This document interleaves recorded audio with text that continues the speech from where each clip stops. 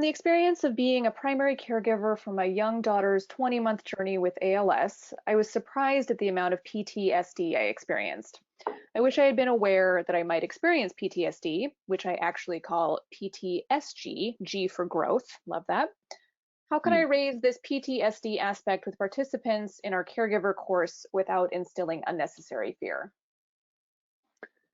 So we know this. So data will tell us this in certain settings and certain illnesses and certain trajectories that that there's some dangers and some real risk associated with caregiving, real health risks. And one of them is PTSD, post-traumatic stress disorder. And I love the question, the comment about post-traumatic stress growth, PTSG, because that's what can happen with trauma once when processed with proper support and attention. That crises often lead to growth, but they need time. You need time, and you need support to do that. So, but in terms of preparing people as they head into caregiving, I feel you. You don't want to sort of before they've even started the role scare the hell out of them about talking about PTSD, et cetera, health risks. I think the basic point is you simply say that caregiving is hard and it's beautiful. It will stretch you in ways that are uncomfortable, but from which you will grow and you will be a better person for it.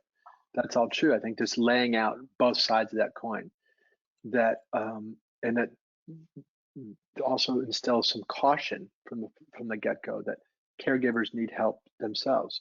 So that's self-care, but also reaching out to others. I think that's the kind of mode you want to set with caregivers heading into the job.